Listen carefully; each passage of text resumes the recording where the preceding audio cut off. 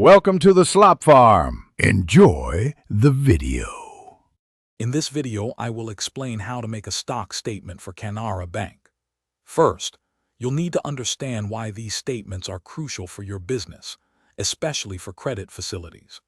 Begin by collecting all your financial records, including inventory reports and sales data.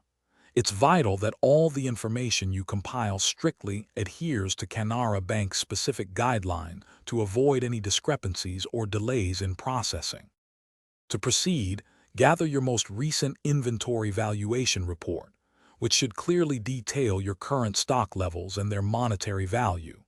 Next, compile comprehensive information on your accounts receivable, showing outstanding payments from customers, and accounts payable, detailing your own outstanding debts. Finally, prepare a summary of your current assets and liabilities to give a complete financial picture. When generating your statement, always use the specific format provided or recommended by Canara Bank. This ensures all required fields are correctly populated. Double-check every figure for accuracy.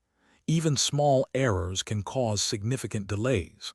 Once completed, ensure the stock statement is properly signed by an authorized signatory of your business, confirming its authenticity and compliance. After preparing your statement, submit it to Canara Bank well before the specified due date to maintain good standing. Always retain a complete copy of the submitted stock statement for your own records and future reference. This practice is essential for auditing and tracking your financial submissions.